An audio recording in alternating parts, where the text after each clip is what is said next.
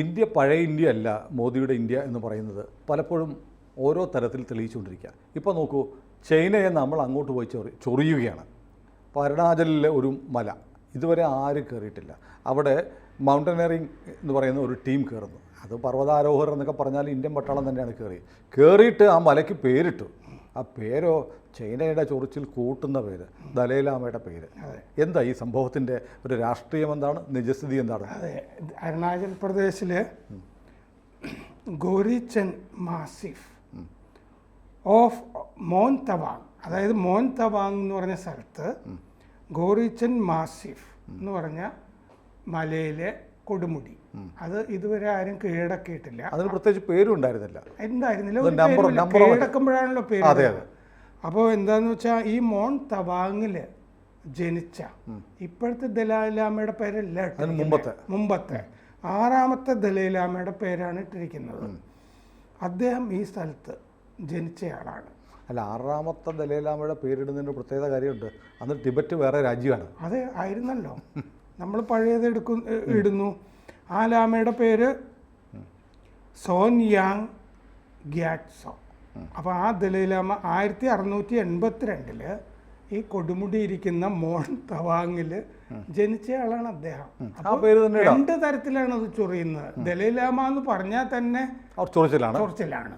ഇത് പഴയ ഒരു പൂർവ്വപിതാവിൻ്റെ പേരാണ് ഇട്ടിരിക്കുന്നത്. അതായത് ഇപ്പൊ ചൈനയുടെ അധീനതയിലുള്ള സ്ഥലത്തിന്റെ ഭരണാധികാരിയുടെ പേരായിരുന്നു. ഈ 1962 ചൈന ഇന്ത്യ ആക്രമിക്കുമ്പോൾ അതിൻ്റെ കാരണമായിട്ട് ഈ പി സുന്ദരിയ ഈ CCയിലൊക്കെ വന്നിട്ട് ചൈനയെ ന്യായീകരിക്കുമ്പോൾ ഇത് ചൈനക്കാർ പറയുന്നത് അവരുടെ പൂർവ്വപിതാക്കളുടെ ഭൗതിക ശരീരങ്ങളൊക്കെ ഇവിടെ സംസ്കരിച്ചിട്ടുണ്ട്, അതുകൊണ്ട് ഇത് അവരുടെ സ്ഥലമാണ് അരുണാചൽ പ്രദേശ് എന്ന് അന്നത്തെ കമ്മ്യൂണിസ്റ്റ് പാർട്ടിക്കാരും പറയുമായിരുന്നു. അപ്പോൾ ഞങ്ങളുടെ പൂർവ്വപിതാക്കളുടെ സ്ഥലമാണെന്ന് ചൈന അരുണാചൽ പ്രദേശിനെ പറ്റി പറയുന്ന ഒരു സ്ഥിരം പല്ലവിയാണ്. അപ്പോൾ നമ്മളെന്ത് ചെയ്തു, തിരിച്ചൊരു പൂർവ്വപിതാവിൻ്റെ പേരെടുത്ത് മലക്കിട്ടു. അപ്പോൾ കഴിഞ്ഞ ദിവസം അവരുടെ ചൈനയുടെ വിദേശകാര്യ വകുപ്പ് വക്താവ് ലിൻ ജിയാൻ പറഞ്ഞു, ഇന്ത്യൻ പർവ്വതാരോഹകർ ഒരു കൊടുമുടിക്ക് ദലൈലാമയുടെ പേര് നൽകിയത് അത് ശരിയല്ല, അസംബന്ധമാണ്, നിയമവിരുദ്ധമാണ്, അത് അസാധുവുമാണ്. അരുണാചൽ പ്രദേശ് ചൈനയുടേതാണ്, ആ മേഖലയിൽ കയറി ഇന്ത്യ ഒന്നും ചെയ്യേണ്ടതില്ല എന്ന് അങ്ങേര് പറഞ്ഞു. ഇനി പർവ്വതാരോഹകർ ആരാണെന്നുള്ളതാണ്. National institute of mountaineering and adventure sports, NIMAS എന്ന് പറയുന്നത്, അത് പ്രതിരോധ വകുപ്പിൻ്റെ പര്യവേഷണ സംഘം, അത് ഇന്ത്യൻ ഡിഫൻസിൻ്റെ സംഘമാണത്. അതിൻ്റെ ഡയറക്ടർ കേണൽ രവീന്ദ്ര സിംഗ് ജാംവാൽ, അദ്ദേഹമാണിത് നയിച്ചത്. പച്ചയ്ക്ക് പറഞ്ഞാൽ പട്ടാളക്കാരാണ് കൊടുമുടി കീഴടക്കിയത്. ഇതിപ്പോൾ കീഴടക്കുമ്പോൾ എന്താണെന്ന് വെച്ച് കഴിഞ്ഞാൽ കിഴക്കൻ ലഡാക്കിൽ നിന്നൊക്കെ ഈ സേനകളെ അങ്ങോട്ടും ഇങ്ങോട്ടും പിൻവലിക്കുന്ന പരിപാടി നടന്നുകൊണ്ടിരിക്കുമ്പോഴാണ് ഈ ചൊറിഞ്ഞിരിക്കുന്നത്. മുമ്പ് ചൈന ചെയ്തുകൊണ്ടിരുന്ന പരിപാടിയാണ് ഇത്. 20,942 അടി. ആരും ഇതുവരെ അവകാശപ്പെട്ടിട്ടില്ല ഈ കൊടുമുടി ഞങ്ങളുടേതാണെന്ന്. ആരും പേരും ഇട്ടിട്ടില്ല, കയറിയല്ലേ ഇടാൻ പറ്റുള്ളൂ. അപ്പോൾ എന്നിട്ട് പറഞ്ഞു, നമ്മൾ പത്രക്കുറിപ്പ് ഇറക്കിയിട്ടുണ്ട്, ഡിഫൻസ് പ്രതിരോധ വകുപ്പ്, ഞങ്ങൾ ഈ പേരിട്ടിരിക്കുന്നത് ഞങ്ങൾ ജ്ഞാനത്തിനും വിവേകത്തിനും ആദരവ് നൽകുന്നതാണ്. ആ ലാമ ജ്ഞാനിയായിരുന്നു. അദ്ദേഹം ജനിച്ചിട്ടുള്ള മോൻപ എന്ന് പറഞ്ഞ ഗോത്ര സമൂഹത്തിനുള്ള അദ്ദേഹം നൽകിയിട്ടുള്ള സംഭാവനകളും ഞങ്ങളിതിൽ പരിഗണിച്ചിട്ടുണ്ട്. അപ്പോൾ ഈ അവിടുത്തെ മുഖ്യമന്ത്രി അരുണാചൽ പ്രേമ കണ്ടു ഈ നേട്ടത്തിൽ നമ്മുടെ പർവ്വതാരോഹ സംഘത്തിനെ ആശംസിച്ചു, അപ്രീഷിയേറ്റ് ചെയ്തു. അത് കഴിഞ്ഞ് തെക്കൻ ടിബറ്റിൻ്റെ ഭാഗമാണ് അരുണാചൽ പ്രദേശ് എന്ന് ചൈന ആവർത്തിച്ചു. അതെപ്പോഴും പറയാറുണ്ട്, ടിബറ്റിൻ്റെ ഭാഗമാണ് അരുണാചൽ പ്രദേശ് എന്നുള്ളത്. അത് ഇന്ത്യയുടെ സ്ഥലമല്ല. അവർ അരുണാചൽ പ്രദേശിൽ ടിബറ്റ് ചൈനയുടെ സ്ഥലമല്ലല്ലോ, ടിബറ്റ് വേറൊരു രാജ്യമല്ലായിരുന്നു. ടിബറ്റിൽ നിന്ന് നമ്മൾ 50 ആളിനെ ഇങ്ങോട്ട് കൊണ്ടുവന്നു. അതെ, ടിബറ്റ് അവർ പിടിച്ചോണ്ട് പോയതല്ലേ? അതെ, പിടിച്ചതാണ്. ഇൻവേഷൻ ആയിരുന്നു. അതെ, അധിനിവേശം. സാങ്ഗ്നാൻ എന്നാണ് അരുണാചൽ പ്രദേശിന് പേരിട്ടിരിക്കുന്നത്. അവർ മാപ്പിൽ അരുണാചൽ പ്രദേശ് ചേർത്തിട്ട് 30 അരുണാചൽ പ്രദേശിലെ സ്ഥലങ്ങൾക്ക് അവരുടെ നമ്മളൊരു മാപ്പെടുത്തിട്ട് ചൈനയിലെ ബീജിങ്ങിനൊക്കെ വാടാനപ്പള്ളി എന്നൊക്കെ പേരിടണം. അങ്ങനെയാണ്. വരന്തരപ്പള്ളി, വാടാനപ്പള്ളി. നമ്മൾ ടിബറ്റിലെ 30 സ്ഥലത്തിന് നമ്മൾ പേരിട്ടിട്ടുണ്ട് അങ്ങനെ. അപ്പോൾ ഇത് സാങ്ഗ്നാൻ എന്നിവർ പേരിട്ടത് എന്താണെന്ന് വെച്ചാൽ ഈ കഴിഞ്ഞ മാർച്ചിൽ അരുണാചൽ പ്രദേശിൽ മോദി പോയി കഴിഞ്ഞപ്പോൾ ചൈന പ്രതിഷേധിച്ചു. അത് കഴിഞ്ഞ് 4ാമത്തെ പട്ടിക ഏപ്രിലിൽ വന്നു. അതിലാണ് 30 പേര് മാറ്റിയത്. ഇപ്പോൾ മോദി ഓരോ തവണ പോയാലും ഇവർ പേര് മാറ്റിക്കൊണ്ടിരിക്കും അരുണാചലിൻ്റെ. അത് കഴിഞ്ഞപ്പോൾ ജയശങ്കർ ചോദിച്ചു, വിദേശകാര്യമന്ത്രി, നിങ്ങളുടെ വീടിൻ്റെ പേര് ഞാൻ മാറ്റിക്കഴിഞ്ഞാൽ നിങ്ങൾക്ക് എന്തെങ്കിലും പ്രശ്നമുണ്ടോ? നിങ്ങളുടെ വീട് നിങ്ങളുടേതായിട്ട് തന്നെ നിൽക്കുള്ളൂ എന്ന് അദ്ദേഹം അന്ന് പറഞ്ഞിരുന്നു, ജയശങ്കർ. മോദി അന്ന് സേല തുരങ്കം തുറക്കാൻ വേണ്ടി പോയതാണ് അരുണാചലിൽ നമ്മളിനി ഒരുപാട് പൈസ ചിലവൊക്കെ അണക്കെട്ടുകളൊക്കെ പണിയാൻ പോവുകയാണ് ഈ അതിർത്തിയിൽ കൊണ്ടുപോയിട്ട്. അതാണ് കഴിഞ്ഞ ആഴ്ച നമ്മൾ ചർച്ച ചെയ്തിരുന്നു. അവരൊരു ഹെലിപോർട്ട് അരുണാചൽ അതിർത്തിയിൽ 20 കിലോമീറ്റർ അപ്പുറം 10 ഹെലികോപ്റ്ററുകൾക്ക് പെട്ടെന്ന് ലാൻഡ് ചെയ്യാവുന്ന, ഒരു യുദ്ധം വന്നു കഴിഞ്ഞാൽ പെട്ടെന്ന് ആക്ട് ചെയ്യാവുന്ന വിധത്തിൽ അത് ചൈനയും ചെയ്യുന്നുണ്ട്. അവിടെ 13,000 അടിയാണ് സേല തുരങ്കം മുകളിലാണ് നമ്മൾ പണിതത്. 2023 ഏപ്രിലിൽ കഴിഞ്ഞ കൊല്ലം 11 സ്ഥലങ്ങൾക്ക് പേര് മാറ്റി ചൈന അരുണാചലിലെ. ഏപ്രിൽ 2017 പേര് മാറ്റിയിരുന്നു, 2021 ഡിസംബറിലും പേര് മാറ്റിയിരുന്നു. ഇങ്ങനെ 5-6 വെച്ചിട്ട് ഗഡുക്കളായിട്ടാണ് ചെയ്തുകൊണ്ടിരിക്കുന്നത്. 11 റെസിഡൻഷ്യൽ സ്ഥലങ്ങൾ, ആളുകൾ താമസിക്കുന്ന ജനവാസ സ്ഥലങ്ങൾ, 12 മലകൾ പേര് മാറ്റിയത്, 4 നദികൾ പേര് മാറ്റി, ഒരു തടാകം, പിന്നെ ഒരു മലമ്പാത, ഇങ്ങനെയൊക്കെയാണ് ചെയ്തിരിക്കുന്നത്.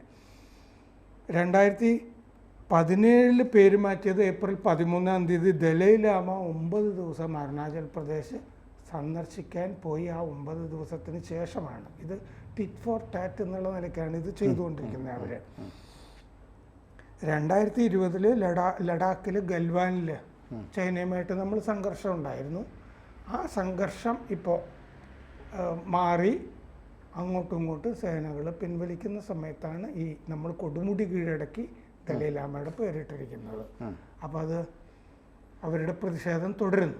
ഏതായാലും ഇത് ഇന്ത്യയെ സംബന്ധിച്ച്, ഇന്ത്യക്കാരെ സംബന്ധിച്ച് അഭിമാനകരമായ വാർത്തയാണ്. കാരണം നമ്മളെ ചൊറിഞ്ഞുകൊണ്ടിരിക്കുന്ന ശീലമുള്ള ചൈനയെ നമ്മളങ്ങോട്ട് ചൊറിഞ്ഞു, ഒരു മലയിങ്ങെടുത്തു, എന്നിട്ട് നമ്മുടെ പത്രങ്ങൾക്കും മാധ്യമങ്ങൾക്കും ഒന്നും അറിയില്ല. വാർത്തയല്ല. ഇന്ത്യയുടെ എന്തൊക്കെയോ ചൈന പിടിച്ചോണ്ട് പോയി എന്ന് പറഞ്ഞു. ഈ പേര് അവർ മാപ്പിൽ പേര് മാറ്റിയതേ ഉള്ളൂ. പേര് മാറ്റിക്കൊണ്ട് നമ്മുടെ സ്ഥലത്തിൻ്റെ ഇപ്പം മഴുവഞ്ചേരിയുടെ പേര് മണ്ടോപ്പള്ളി എന്ന് ഞാൻ വിളിച്ചാൽ മഴുവഞ്ചേരിക്കാർക്ക് പ്രശ്നമൊന്നുമില്ല. ആഴ്വാഞ്ചേരി തമ്പ്രാക്കൾ എന്ന് പറഞ്ഞ ഒരാളുണ്ട്. ആഴ്വാഞ്ചേരി എന്നുള്ളത് നിങ്ങൾ മാറ്റി കഴിഞ്ഞാൽ അയാൾ മാറ്റുമോ? അതല്ലേ ഇരിക്കുന്നത്. അതെ എന്ന് പറയുന്നത് അതെന്തോ വലിയ സംഭവമാണെന്ന് പറഞ്ഞ് ആഘോഷിച്ച മാധ്യമങ്ങൾക്ക് നമ്മൾ ഒരു മല കീഴടക്കി നമ്മുടേതാക്കി ചൈന പ്രതിഷേധിച്ചു. നമ്മളങ്ങോട്ട് ചൈനയെ നല്ല വൃത്തിയായിട്ടൊന്ന് ചൊറിഞ്ഞിട്ട് നിൽക്കുന്നത് വാർത്തയേ അല്ല. നമ്മളിനി കൊടുമുടിയിൽ നമ്മുടെ കൊടി പറക്കും അവിടെ. ചൈനക്കാർക്ക് അപ്പുറത്ത് നോക്കി ഈ ഇന്ത്യയുടെ പതാക പറക്കുന്നത് കാണാം.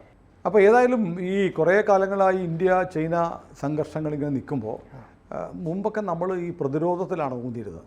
ഇപ്പം അങ്ങനെയല്ല. മോദി വന്നതിന് ശേഷം അടിച്ചാൽ തിരിച്ചടിക്കും, ചൈനയാണല്ല അതിനപ്പുറത്തെ ആളുകളും ഞങ്ങളും വിടത്തില്ല എന്ന് തെളിയിക്കുകയും കായികമായി ഏറ്റുമുട്ടുകയും, തോക്ക് ഉപയോഗിക്കാൻ പാടില്ല, കൈയോട് കൈ ഏറ്റുമുട്ടി ഒരു ഗാൽവനിലൊരു പോരാട്ടം നടന്നു. നമുക്ക് കുറേ വീരസൈനികരെ നഷ്ടപ്പെട്ടു. പക്ഷേ 20 പേരെ അതിൻ്റെ 4 ഇരട്ടി ചൈനക്കാർ ചത്തുപോയി. ഏതായാലും ഇന്ത്യ പഴയ ഇന്ത്യ എല്ലാം തെളിയിച്ചുകൊണ്ടിരിക്കുകയാണ്. അപ്പോൾ ചൈനയുമായി വേണ്ടി വന്നാൽ മുട്ടാനും ഇന്ത്യ ഇപ്പോൾ കേപ്പബിൾ ആണല്ലേ? ഇന്ത്യയുമായിട്ട് മുട്ടാൻ പറ്റും. എന്താണെന്ന് വെച്ചാൽ ചൈനയുമായിട്ട് എന്താണെന്ന് വെച്ചാൽ ചൈനയുടെ സാമ്പത്തിക അവസ്ഥ അത്ര ഗുണം ഉള്ളതല്ല. ഇപ്പോൾ അവർക്ക് ഇപ്പോൾ ലോകത്ത് ഈ 7% വളർച്ചയൊക്കെ ഇന്ത്യക്കല്ലേ ഉള്ളൂ. ചൈനയ്ക്ക് 2.5% എന്ന് പറഞ്ഞാൽ അവരുടെ ടാർഗറ്റ് ഒന്നും ശരിയാകുന്നില്ല. റിയൽ എസ്റ്റേറ്റ് കച്ചവടത്തിനൊക്കെ വേണ്ടിയിട്ട് ബാങ്കിൽ നിന്ന് ഈ കെട്ടിപ്പൊക്കാൻ വേണ്ടി ബാങ്കിൽ നിന്ന് എടുത്തത് റിയൽ എസ്റ്റേറ്റ് ഒന്നും വിറ്റുപോകാത്തതുകൊണ്ട്, കോവിഡിനെ തുടർന്നിട്ടാണത് വിറ്റുപോകാത്തതുകൊണ്ട് ബാങ്കുകളൊക്കെ പ്രതിസന്ധിയിലാണ്. അങ്ങോട്ട് കൊടുത്തിട്ടാണ് പല കാര്യങ്ങളും ചെയ്യേണ്ടത്.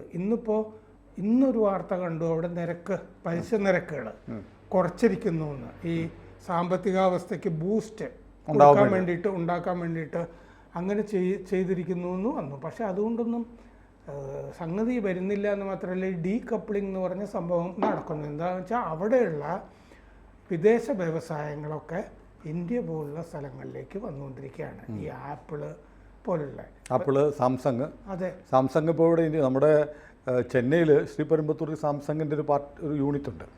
അവിടെ കഴിഞ്ഞ 7-ാം തീയതി മുതൽ സമരമാണ്. അവർക്കെല്ലാ ആനുകൂല്യങ്ങളും പുറത്തുള്ളതിനേക്കാൾ ഇരട്ടി ശമ്പളം, 1.8% ശമ്പളം വർധന കൊടുത്തിട്ടാണ് ജോലി ചെയ്യുന്നത്. പക്ഷേ ഇപ്പോൾ സാംസങ് പറയുന്നത് ഞങ്ങൾ സമരക്കാരോട് സംസാരിക്കാൻ തയ്യാറാണ്. പക്ഷേ CITUവിൻ്റെ യൂണിയനാണ് സമരം ചെയ്യുന്നത്. അതിൻ്റെ പ്രസിഡന്റ് അവിടുത്തെ ജോലിക്കാരനല്ല. സാംസങ് പറയുന്നത് ഞങ്ങൾ ജീവനക്കാരോടെ സംസാരിക്കുള്ളൂ, പുറത്തുള്ള യൂണിയൻ മുതലാളിയോട് സംസാരിക്കാൻ തയ്യാറല്ല. ഇപ്പോൾ കേന്ദ്രം ഇടപെട്ടിട്ടുണ്ട്, എത്രയും പെട്ടെന്ന് സമരം തീർക്കണം. മുമ്പൊരിക്കൽ നോക്കിയയുടെ പ്ലാന്റ് ഇതേ ശ്രീപെരുമ്പത്തൂരിൽ നിന്ന് CITക്കാർ സമരം ചെയ്ത് പൂട്ടിക്കെട്ടി പോയതാണ്.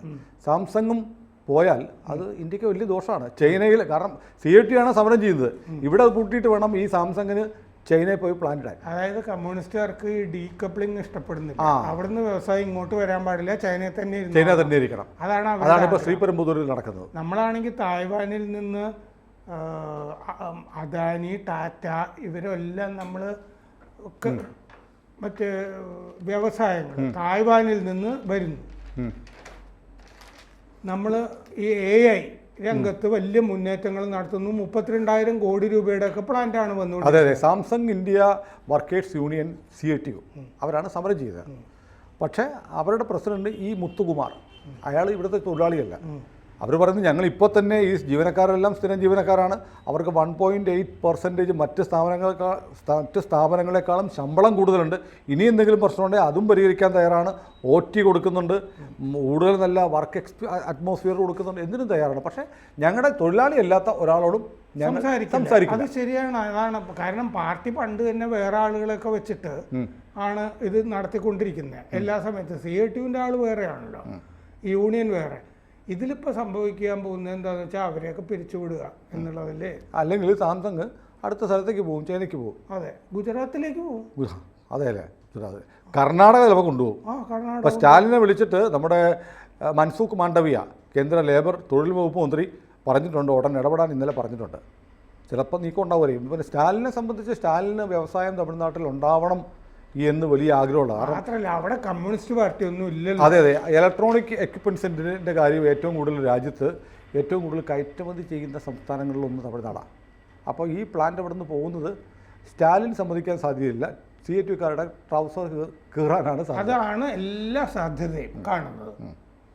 കൂടുതൽ വാർത്തകളും വിശേഷങ്ങളും നിങ്ങളിലേക്ക് എത്താൻ ABC മലയാളം സബ്സ്ക്രൈബ് ചെയ്യുക, ബെൽ ബട്ടണും അമർത്തുക.